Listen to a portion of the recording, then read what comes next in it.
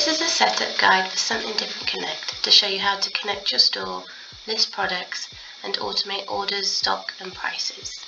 This video is designed for new customers selling our products for the first time.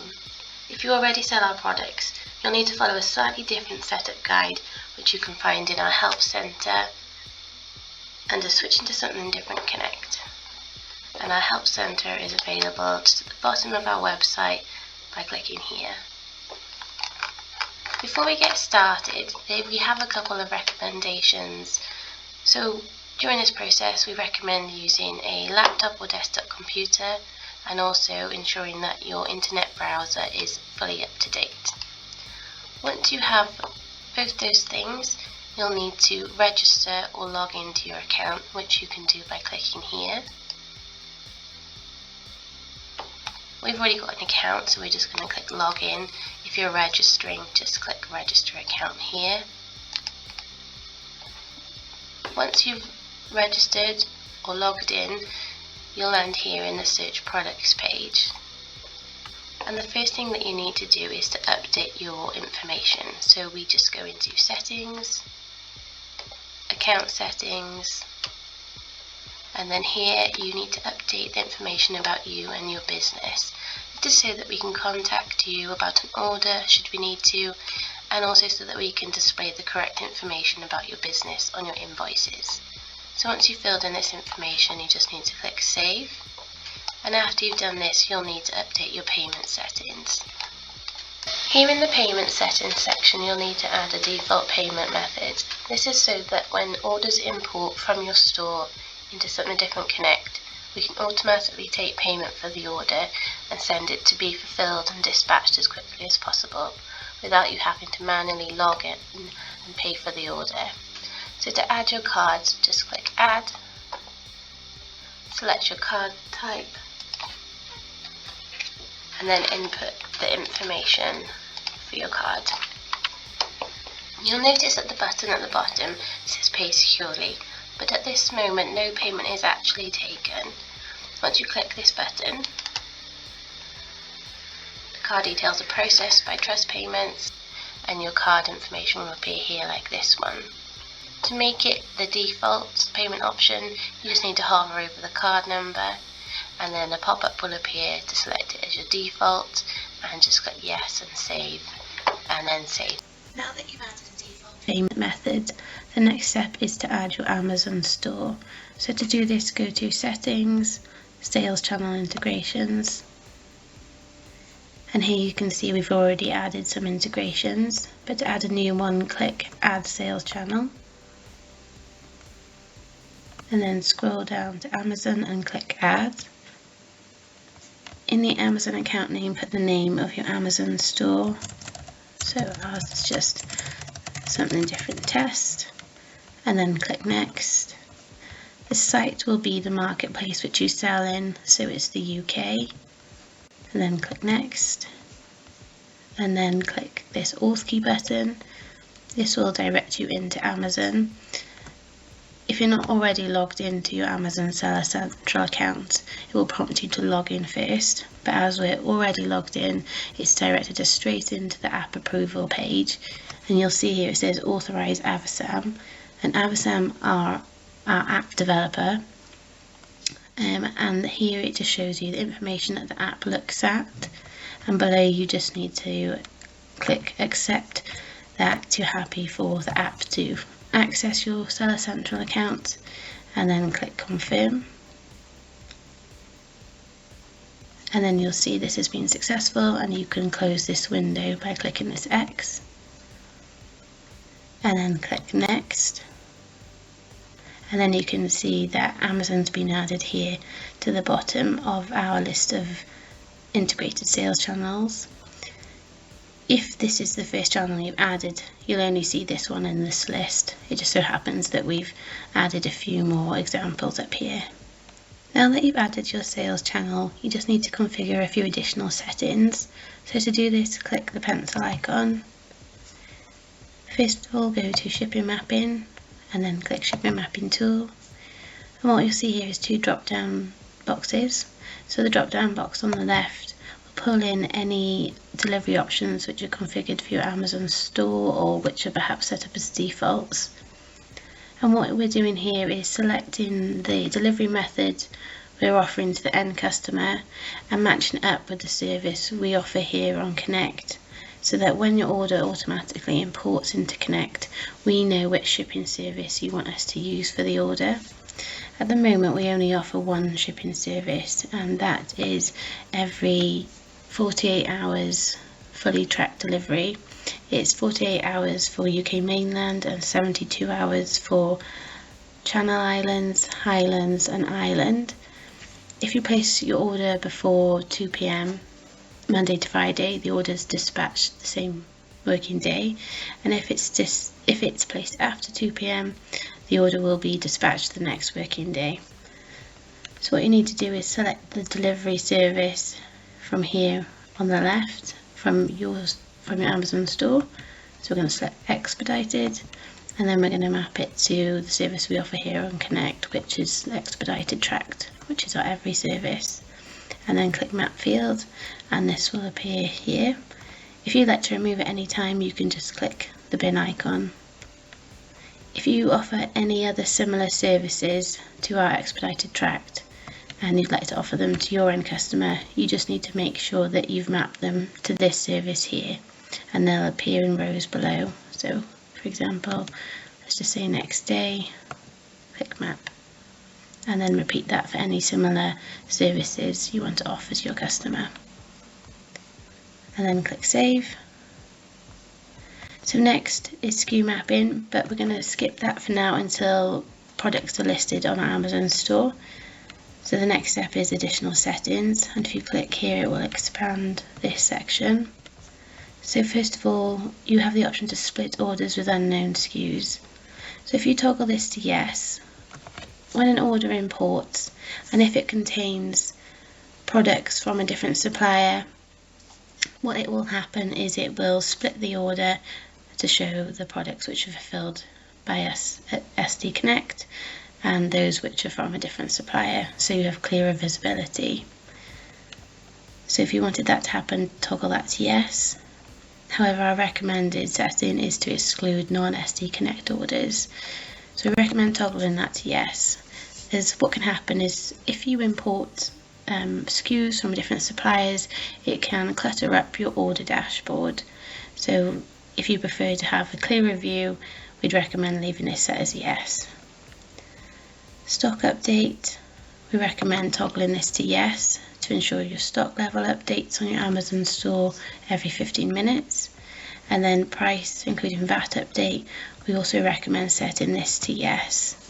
However, if you use repricing software for Amazon, or perhaps you like to manage your prices quite competitively and manually update them within Amazon, we'd recommend leaving it as no.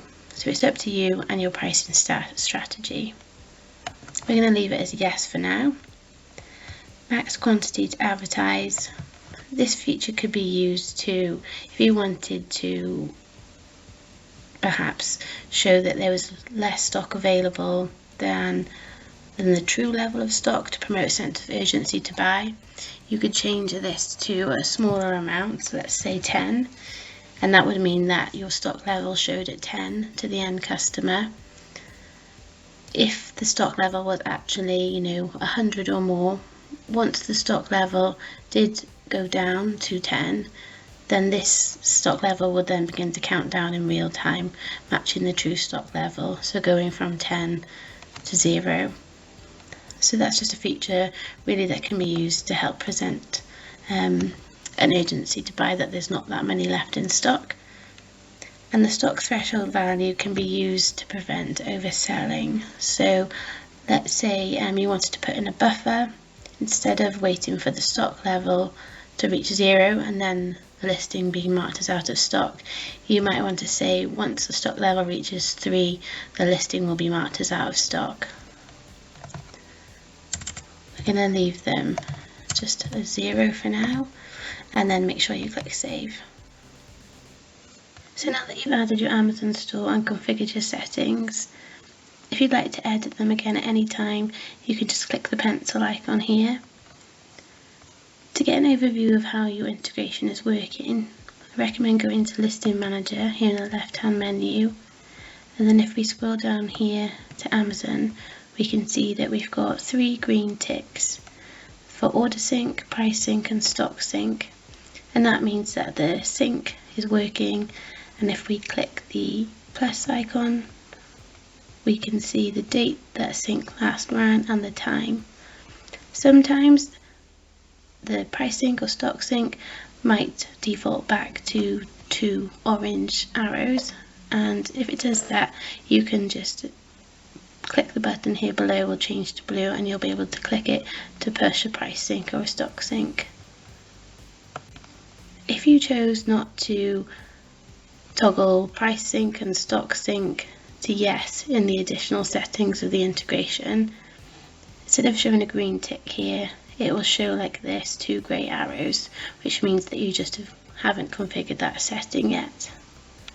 If we scroll across to the right, you'll see that for Amazon you can't click the listings button as you can with some other sales channels, and that's because for Amazon the listings are managed directly on the platform. So if you'd like to add new products to sell, you'll need to do that manually through Amazon. So the next step is to find products that you'd like to sell. So you can do this by going to search products, and here you can scroll through product listings, you can view by category, or you can use the search bar to find something more specific. So as you can see, we've already sourced a variety of products, because now instead of the option to source the item we have remove sourced product. So if we scroll down just to find something we haven't yet sourced, so we just click the source product button for something that you'd like to sell.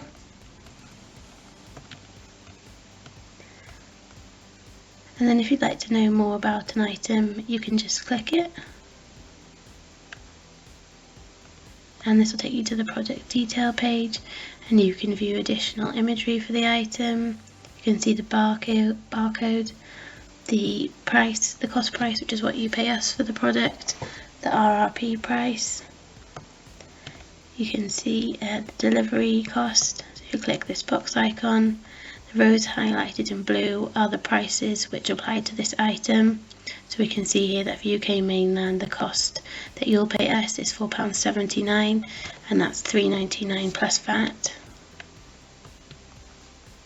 And then if we scroll down a bit more, we've got the description of the product and the specification, which is the measurements for the item. So once you've chosen everything that you'd like to sell, these will appear in your My Products list, which you can get to from here in the left hand menu. And the My Products list is a great place to get an overview of all the items you've chosen to sell. Here you can see the product default image, the SKU, the title, what category it sits in on Connect, the cost price, which is what you pay us for the item, and you can toggle this to yes or no to include or exclude VAT. You can see the current stock level, whether it's been mapped, and at the moment it will be no because we haven't yet mapped it to Amazon, the date it was sourced, and here if we scroll across a bit further we can see the integrations we've connected and whether items been uploaded to that sales channel or not. So here we've got WooCommerce, Shopify and eBay as an example, and we can see that blue cloud means it hasn't yet been uploaded to that channel, and if there's a green tick it shows that it has been uploaded to that channel. So if you were selling on more than one platform, My Products is a good place to see what you've chosen to sell on different sales channels. As you can see, Amazon isn't here, and that's because, as we mentioned, the listings for Amazon are managed directly on Amazon. So once you've chosen all the products that you like to sell, the next step is to add your listings manually on Amazon. And something that can help with doing this is the exports reports, which are available here in settings. So under settings and exports, you'll find a drop down menu which allows you to export various reports from Connect about the products. So a popular option is product basic details. So if you select this, Here you can tick different categories or fields that you'd like to export about the products into an Excel list, or you can just select all and then click download. And then when this is ready, you can just click here and then that will download the Excel document, and you can use the information in that Excel document to help build your listings on Amazon. So once you've created your listings manually on Amazon and they've been approved and they're live, there's one last step that you need to do to finish setting up your account. So if we go back to Settings, Sales Channel Integrations, click the pencil icon to edit your Amazon integration, and then go into SKU mapping. And then from this drop down, we'll select download, and what this will do, when we click SKU mapping tool, it will pull in all of your product listings on your Amazon store. And what we need to do is map up the listings. So what this means is, if a product is listed on Amazon under a SKU which is different to the one we use here on Connect, we need to ensure that when an order comes in for that item, that we know which item it is, so that we can put the correct product in the order and automatically fulfill and dispatch it as quickly as possible. So we can see here on the left we've got our supplier SKUs, which are our Connect SKUs, and then the SKUs here on the right are yours from your Amazon listings. So we're going to look for Ghost. So we've got a Ghost shape mug here, so we're going to click that, and we're going to search Ghost over this side, and it's this one here. So we just tick this, and then it's paired those two listings together, so we know that that's the same product. And then you can just repeat that for any other products that you decide to list. You can also do this through a bulk import. So if we go to close out of this, and we'll just click save. If we close out of this and go to settings and imports, and then add configuration, the import name could be bulk SKU mapping. So say if you're listing maybe hundreds of different items, this could be useful. And then click bulk SKU mapping, and then click download CSV template. It will download a template for you to fill in. You can see this does say Avasam SKU, and Avasam are e-commerce developer, which is why their name is in there. So just fill in the template and then upload it again, and then it will bulk map those SKUs together for you. It's also worth mentioning that back where we were in settings, sales channel integrations, if you are going to do the SKU mapping manually one by one like we just did here, it can take a while after you've integrated for the sales channel SKUs to be pulled through. So we'd recommend waiting up to an hour just to allow everything to appear here. And that's everything for setting up your account. When you start to receive orders, you'll find them in the orders dashboard, and you can view this here in the left hand menu. The orders dashboard gives an overview of all the orders that you've received and their status. So here you'll see the order number, the date the order was received, whether it's been paid and dispatched. So green pound symbol means it's been paid, red means it's unpaid. The red lorry means that the order hasn't yet been dispatched, but the green lorry means it has. Here, whether you see some different Connect logo, this will change depending on the sales channel you've connected. So if you see our some different Connect logo, it means that the order was created manually within Connect. The product, you'll see an overview of this, including an image, the cost price for the product, the total of the product including VAT, the shipping service used for the order, and then the total you paid for the order. Once the order has been dispatched, you'll see that the shipping details section has been updated with the tracking number for the order. From here in the order dashboard, you can also make some actions on the orders. So by clicking the 3 dots here in the corner, you can view the order to see the end customer information. Go back, you click the dot again. You can also edit the order if it hasn't yet been dispatched. You can pay for the order, and you can raise a ticket against it if you need any help with it. Once the order has been dispatched, you'll see some additional options appear in this menu. So you have the option then to return the order. And when you click to return the order, you'll see a form which you can fill in, which goes through to our customer care team to give you more information on the next steps of processing a return. Any returns that you have created will appear in the return orders section, which you can get to by going to orders and then up here just clicking returns. So that's everything to get you started. If you need any more help with anything at all, you can find a range of advice and articles in our help centre, which is available here, and you can also raise support tickets, which will come through to our customer care team to provide you with more information if you need it.